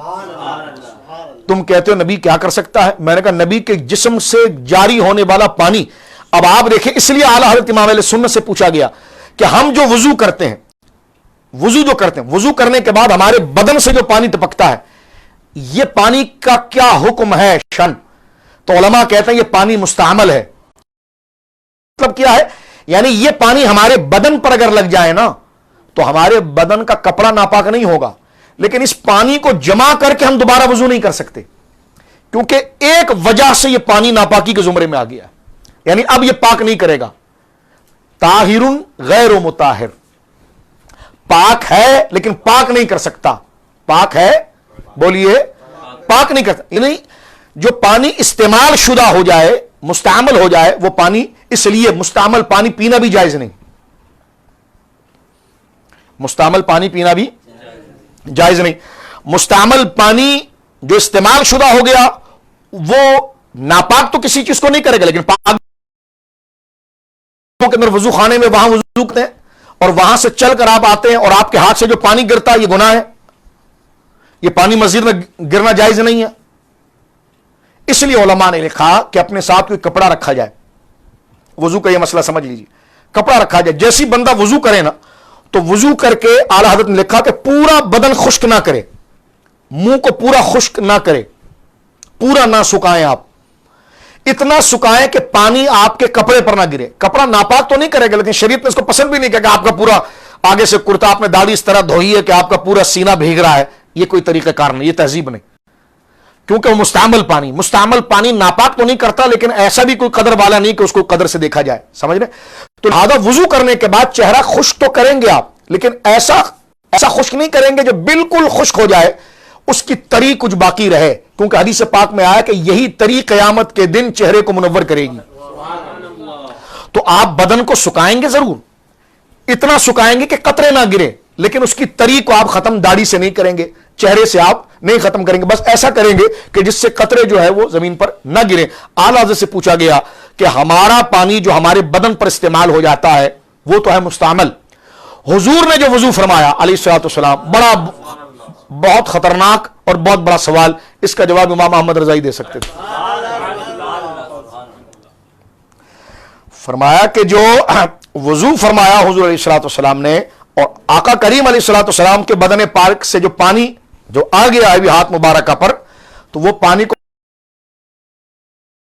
فرمایا کہ نہیں، وہ مستعمل نہیں، اس کو مستعمل نہیں کہا جائے، وہ اسی طرح پاک ہے جس طرح مائع مطہر ہے، وہ اسی طرح پاک، کیونکہ کیسے ہو سکتا ہے، یعنی اس پر پھر اعلیٰ حضرت نے اپنے فتاوے کے اندر دلائل پیش کیے ہیں، اس لیے کہ سرکار کے صحابہ خود پیالہ لے کر کھڑے ہوتے ہیں اور حضور ان کے پیالوں میں ہاتھ داخل کرتے ہیں، اور یہ مدینہ پاک کے اندر یہ باقاعدہ عمل مبارک تھا۔ یہ الگ بات ہے کہ حضور وضو کی حالت میں تھے، لیکن ایک تبرک کی بات یہ ہے کہ مسلم شریف میں موجود ہے کہ مدینہ منورہ کی وہ عورتیں فجر کی نماز کے بعد اپنے بچوں کو گود میں اٹھا کر مسجد نبوی کے دروازے پر کھڑی ہوتی تھی اور ہاتھوں میں پانی کا پیالہ لیتی۔ سرکار جب تشریف لاتے ہر بچے کو دم بھی فرماتے اور ان کے پانی کے پیالے میں ہاتھ داخل کر کے چلے جاتے، اور وہ پانی جس میں حضور اپنا ہاتھ داخل کر دیتے تھے وہ مریض بچوں کو پلایا جاتا تو دوبارہ مرض اس طرف دوڑ کر نہیں آتا۔ تو آپ یہ دیکھیے اب یہ معجزہ آپ کی بیٹی سے کیسے ظاہر ہو رہا ہے۔ سیدہ نفیسہ پاک وضو فرما رہی ہیں، ہماری ماں اور بیٹیوں کی عزتیں ان کے قدموں پر قربان۔ میرے دوستوں بزرگ، وقت ہوتا رہے گا، ساری رات کرنا کیا ہے آپ نے، تو دیکھیے آپ گھڑی پر کیا توجہ کرتے ہیں، تو اور تھک گئے تو تشریف لے جائیں، تو غور کیجئے اس پر کہ اور یہ حرکت نہ کیا کریں، ایسا جب درس چلے نا تو پھر آپ توجہ نہ کریں، ہمیں سب پتہ ہے ٹائم کیا ہو رہا ہے کیا نہیں ہو رہا ہے، ٹھیک ہے، تو توجہ کریں اس پر، یہ بڑی بے برکتی ہوتی ہے۔ تو اب غور کیجئے کہ سیدہ نفیسہ پاک نے جب وضو فرمایا تو وضو فرمانے کے بعد جب دیکھا کہ وہ جو یہودی بچی تھی یا بچہ تھا اس کی ماں کا جو اس پر درد تھا اس کو دیکھ کر سیدہ کو رحم آیا، آپ نے وضو جس ہاتھ میں آپ نے کلی فرمائی تھی اسی پانی کے چھینٹے آپ نے اس بچی کے بدن پر مارا، اللہ رب العالمین نے اسی وقت اس کے بدن کو صحیح کیا اور بچہ چلنے لگا اور انہوں نے اسلام قبول کیا۔ یہ سیدہ نفیسہ کا مقام تھا۔ سیدہ نفیسہ پاک غوث اعظم کی روح مبارکہ کو خوش کرنے کے لیے اور اللہ کو راضی کرنے کے لیے ہم بات کر رہے ہیں کہ سیدہ نفیسہ پاک کا مقام یہ تھا کہ امام شافعی جیسا اللہ کا ولی جس کو ایک زمانہ مانتا ہے، امام شافعی ایک آسمان کا نام ہے، امام شافعی ایک دنیا کائنات کا نام ہے۔ امام شافعی رحمۃ اللہ علیہ اس قدر عقیدت اور احترام کرتے سیدہ نفیسہ پاک کا کہ جب امام شافعی بیمار ہوتے تو آپ اپنے خادم کو دوڑاتے تھے۔ جس وقت میں نے یہ حوالے پڑھے تو مجھے یوں لگ رہا تھا جس طرح میں ہوا میں سفر کر رہا ہوں کہ کن لوگوں کو ہم پڑھ رہے ہیں یار، اور کیسے لوگ تھے۔ کیونکہ میں اپنے بچوں سے کبھی کبھی کہتا ہوں کہ امام شافعی کا ہم یوم کریں تو آپ کو بتائیں امام شافعی کون ہے، کہ خدا نے ان کو کیسی قدرت و مقام عطا فرمایا۔ اب اتنا بڑا آدمی جو خود ولایت کے اندر ایک آفتاب ہو، وہ دعا کرانے کے لیے اپنے خادم کو دوڑاتا ہے سیدہ نفیسہ پاک کے پاس۔ سیدہ نفیسہ یہاں ان کے لیے دعا کرتی ہے، خادم گھر پہنچتا نہیں ہے کہ آپ صحیح ہو جاتے ہیں۔ ایک دن یوں ہوا کہ جب بہت بیمار ہو گئے تو اپنے خادم سے کہا جاؤ سیدہ نفیسہ سے دعا کراؤ، تو سیدہ نفیسہ کے پاس جب خادم گیا تو آپ نے فرمایا کہ یہ بھی کوئی بات ہے مروت کی کہ محبوب ملنے کے لیے کہہ رہا ہے اور محب ملنا نہیں چاہتا، دعا نہیں فرمایا۔ جب یہ جملے آ کر آپ نے امام شافعی کو کہے تو امام شافعی نے کہا بس اہتمام کر دو، میرے جانے کا وقت آ گیا ہے۔ یعنی اب آپ دیکھیے یہ کرامات کہ امام شافعی کے انتقال کا وقت قریب ہے، اس کا اشارہ سیدہ نفیسہ پاک کر رہی ہے۔ تو اسلام میں ایسی برگزیدہ خواتین گزری ہیں، تو لہذا میں اپنی بہنوں سے کہنا چاہتا ہوں کہ میرا جسم اور میری بدن والی جو آپ بکواس کر رہی ہیں، تو کبھی سیدہ نفیسہ پاک کی طہارت کو آپ نے پڑھا ہے؟ کبھی سیدہ زہرا پاک کو آپ نے پڑھا ہے؟ اگر حقوق بیان کر رہے ہیں تو ان کے کریں۔ ابھی تو کچھ دن پہلے کی بات آئی، فرانس میں 33% ریشو جرم کا یہ بن گیا ہے کہ جب سے لاک ڈاؤن ہوا ہے کرونا کا، فرانس ترقی یافتہ یورپ کا ملک ہے، اس میں 33% جرم صرف یہ ہے کہ شوہر جو ہے وہ بیویوں کو مار رہے ہیں اور تشدد کر رہے ہیں۔ تو میں نے کہا پرکٹیاں ان کا بھی کبھی نام لیں گی اسلام آباد میں؟ آپ کورونا نے تو تمہارے اور تمہارے اینکروں کے اور تمہارے جتنے اینکر تھے تو سب کا تو کورونا نے بینڈ باجا بجا دیا۔ میں کچھ دن پہلے ایک چینل پر گیا تو ہر بندہ ڈر رہا تھا ہاتھ ملانے کے لیے، کرسی پر بیٹھنے کے ڈر رہا تھا۔ میں نے کہا وہ لبرل اینکر کہاں گئے جو پلے کارڈ کی بات کر رہے تھے، اور علماء ان سے یہ کہہ رہے تھے کہ آپ پلے کارڈ کی طرف نہ جائیں، ہم اس بات کی بات نہیں کر رہے، ہم اس بے حیائی کی بات کر رہے ہیں۔ تو توجہ کریں، اب آپ دیکھیں فرانس کے لیے کوئی بات کرے گا؟ نہیں کرے گا۔ یورپ جانا ہے ان کو وہاں سے، کیونکہ ان کے ایجنڈے پر کام کر رہے ہیں۔ توجہ ہے، آئندہ اگر پاکستان کے اندر آپ وومن ڈے کریں تو فرانس کی مذمت میں بات ضرور کریں۔ پاکستان کے اندر 35% ریشو نہیں ہے، 1% بھی نہیں ہے، اور اگر وہ ہے بھی تو ان کا کرا دھرا ہے جن سیاسی لوگوں کی بیس پر آپ بات کر رہی ہے۔ مذہبی حلقے میں آپ نے دیکھا ہوگا مولوی کے گھر طلاق کبھی نہیں ہوتی،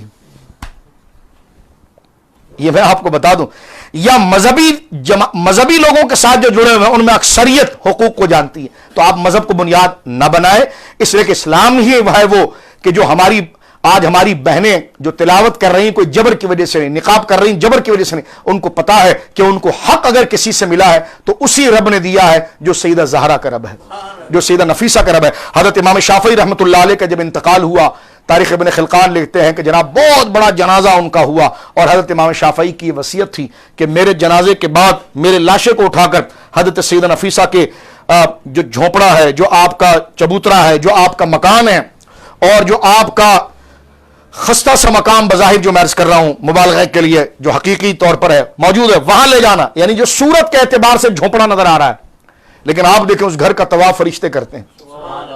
سیدنا امام شافعی کی وصیت یہ تھی کہ میرے لاشے کو اٹھا کر پھر سیدہ نفیسہ کے پاس لے جانا۔ امام شافعی جن کے لاکھوں محدث شاگرد ہیں، ہزاروں اولیاء ان کے مرید ہیں، لیکن جب ان کا جنازہ پڑھایا گیا، جنازہ پڑھانے کے بعد سیدہ نفیسہ کے حجرہ مبارکہ کے سامنے رکھا گیا، آپ نے قاضی وقت کو کہا کہ اس میں سے ایک عالم تھے، ان کو کہا کہ آپ جنازہ پڑھائیے۔ جنازہ انہوں نے پڑھایا اور اندر سے سیدہ نفیسہ نے جنازے کے لیے دعا فرمائی، اور ایک مجذوب نے وہاں پر چیخ لگائی اور اس نے کہا کہ جتنے لوگوں نے امام شافعی کا جنازہ پڑھا تھا، امام شافعی کے تقوی و طہارت کی وجہ سے خدا نے سارے نمازیوں کو بخش دیا، اور شافعی کو خدا نے سیدہ نفیسہ کی دعا کی وجہ سے بخش دیا۔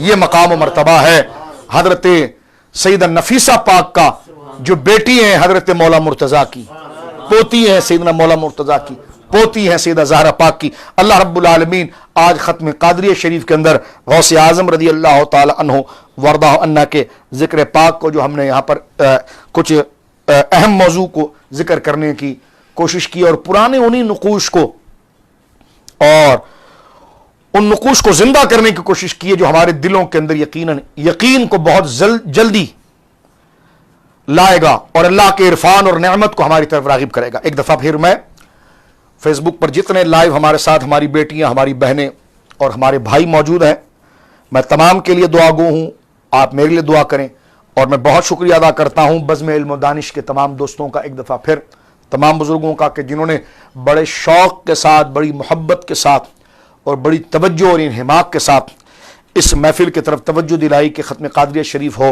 اور اس میں غوث اعظم رضی اللہ تعالیٰ عنہ کے خاندان و مقام کا ذکر ہو۔ انشاءاللہ العزیز بزم علم و دانش کی طرف سے ہم پیر کے دن انشاءاللہ پوری کوشش کریں گے، اور معجزات مصطفیٰ کریم صلی اللہ علیہ وسلم، ذکر اہل بیت، ذکر صحابہ، جو دراصل اللہ رب العالمین سے شفا کو حاصل کرنے کا سب سے مضبوط اور سب سے مؤثر وظیفہ ہے، انشاءاللہ اس کو ہم اللہ کی توفیق سے ہم اپنانے کی توفیق کریں گے۔ آئیے اب درود پاک پڑھتے ہیں، اور پھر ساری امت کے لیے اور اس درس کے اختتام کے لیے اپنے ایمان اور تمام مسلمانوں کے ایمان کی عافیت کے لیے ہم دعا کرتے ہیں۔ ایک دفعہ سورہ فاتحہ شریف پڑھ لیجئے۔ الفاتحہ۔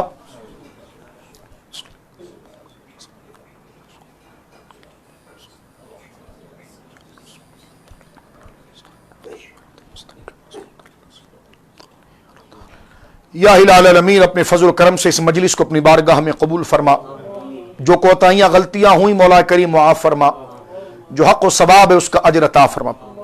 مولا کریم قاری صاحب نے تلاوت فرمائی، قبول فرما۔ ثنا خانان مصطفیٰ نے تیرے حبیب کی ثنا پیش کی صلی اللہ علیہ وسلم، اور جن بچوں نے ختم قادریہ شریف کو بڑے اہتمام کے ساتھ پڑھا، اور مولا کریم اس آخر نے جو مناقب کے ذکر کو پیش کرنے کی کوشش کی، اس میں جو کوتاہیاں غلطی ہوئی معاف فرما، جو حق و ثواب ہے مولا کریم اپنی بارگاہ سے اس کا بہترین اجر عطا فرما۔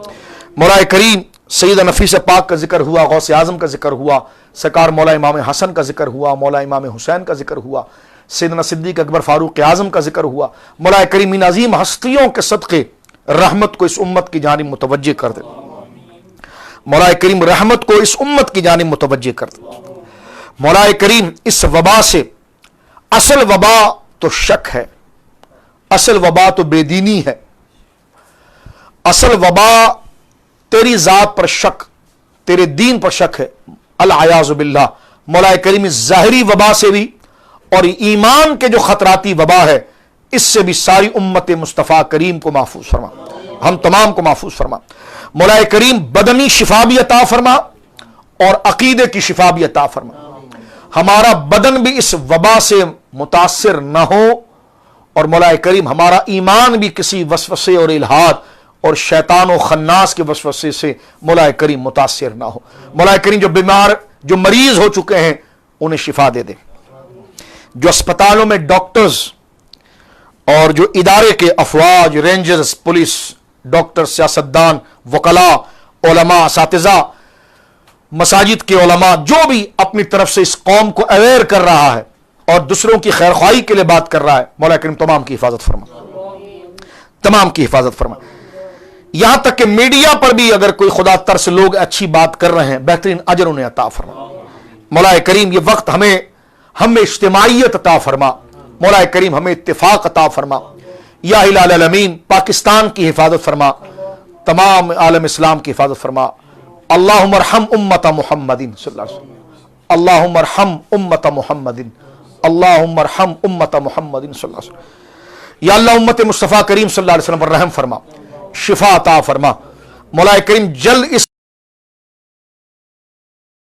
دیکھنے کے لیے نمازی بے چین ہے اور مسجدوں کی طرف رخ کر رہا ہے، تو مولا کریم یہ شوق صرف وقتی نہ رہے.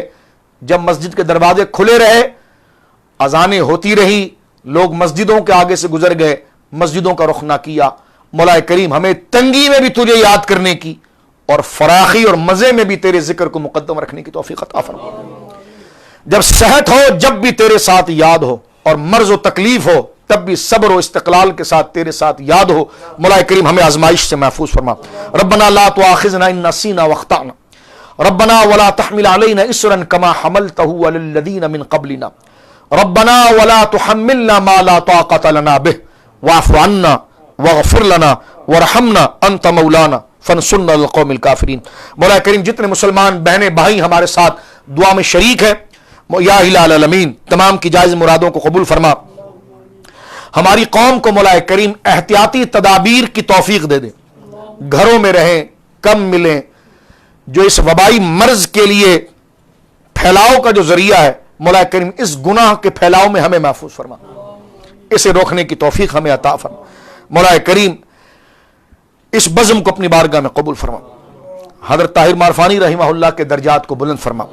بزم علم و دانش کے تمام احباب، رشتہ دار، عزیز و اقارب اور تمام مولا کریم نیک دوستوں نے، اور بالخصوص جذبہ ویلفیئر کے ساتھ جن دوستوں نے اعتماد کرتے ہوئے راشن کی مد میں، غریبوں کی خدمت کی مد میں براہ راست ہو کر، جذبہ ویلفیئر کے ساتھ جن دوستوں نے ہمارے ساتھ ہمیں وکیل بنایا اور یہ توفیق دی کہ ہم ان کے سامان کو آگے بڑھا سکیں، مولا کریم امانت کے ساتھ ان امانتوں کو آگے بڑھانے کی توفیق دے، اور جذبہ ویلفیئر پر اعتماد کر کے ان چیزوں کو دینے والوں کو بہترین برکات عطا فرما. بالخصوص سادات کے لیے جو ہم نے آواز لگائی تھی کہ سادات کی نصرت و امداد کے لیے لوگ ہمارے ساتھ ہو جائیں، تو کچھ دوست ہمارے ساتھ یقیناً آئے ہیں. یا اللہ ان کے مال میں برکت عطا فرما. اور جو لوگ جہاں جگہ پر اپنے رشتہ دار اور غریب لو اور نادار لوگوں کی خدمت کے لیے مولا کریم میدان عمل میں آ کر صرف تیری محض رضا کے لیے مولا کریم ان کی بارگاہ کے اندر ان کی ضروریات کی تکمیل کر رہے ہیں، ہر ایک کا دینا اپنی بارگاہ میں قبول فرما. مولا کریم اس پاکستان کو افتراق سے، انتشار سے محفوظ فرما. مولا کریم اپنے فضل و کرم کے ساتھ ہماری التجاؤں کو اپنی بارگاہ میں شرف مقبولیت عطا فرما. ربنا تقبل منا انک انت السمیع العلیم وتب علینا یا مولانا انک انت التواب الرحیم. ان اللہ وملائکته یصلون علی النبی یا ایھا الذین آمنوا صلوا علیہ وسلموا تسلیما. اللهم صل علی سیدنا مولانا محمد بارک وسلم صلاۃ و سلام علیک یا رسول اللہ وصلی اللہ علی خیر خلقہ محمد وعلی آلہ وصحبہ اجمعین برحمتک یا ارحم الراحمین. لا الہ الا اللہ محمد رسول اللہ. میں پھر ملتمس ہوں آپ کے ساتھ کہ احتیاط کو بروئے کار لائیں، حفظان صحت کا آپ خیال رکھیں، اس کو ایمان و کفر کا مسئلہ نہ بنائیں. ریاست بھی ہماری ہے، ادارے بھی ہمارے ہیں، وطن بھی ہمارا ہے، اور ہم سب نے مل کر اس وبا سے بچاؤ کی صورت کرنی ہے اللہ کی توفیق سے. تو لہٰذا اس کو انتہائی جنونی مسئلے کی طرف نہ لے جائے. کوئی تیسری قوت ہمارے درمیان شامل ہو کر ہمیں اس گناہ میں مبتلا نہ کر سکے کہ جس کی تلافی پھر ہم پوری زندگی نہ کر سکے. اللہ رب العالمین پاکستان کی حفاظت فرمائے، اسلام کی حفاظت فرمائے. وآخر دعوانا ان الحمدللہ رب العالمین.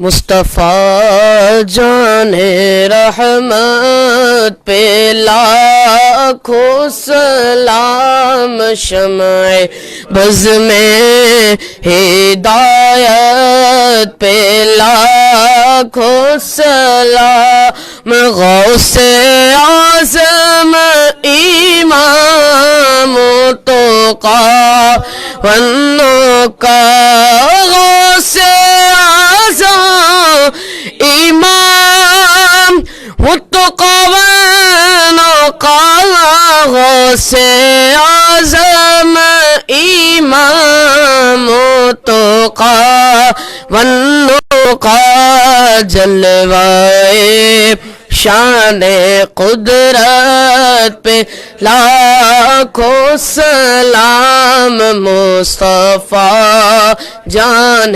رحمت پہ لاکھوں سلام، جے سوہانی گھڑی چمکا طیبہ کا چاند، اس دن افروز سات پہ لاکھوں سلام، مصطفیٰ جان رحمت پہ لاکھوں، ہم مجھ سے خدمات کے قدسی کہے ہاں رضا، مجھ سے خدمات کے قدسی کہے ہاں رضا، مجھ سے خدمات ہے ہاں رضا، مصطفیٰ جان رحمت پہ لاکھوں سلام، شمع بز میں ہدایت پہ لاکھوں سلام۔ بند کر دیں۔ اللہم صلی علی محمد۔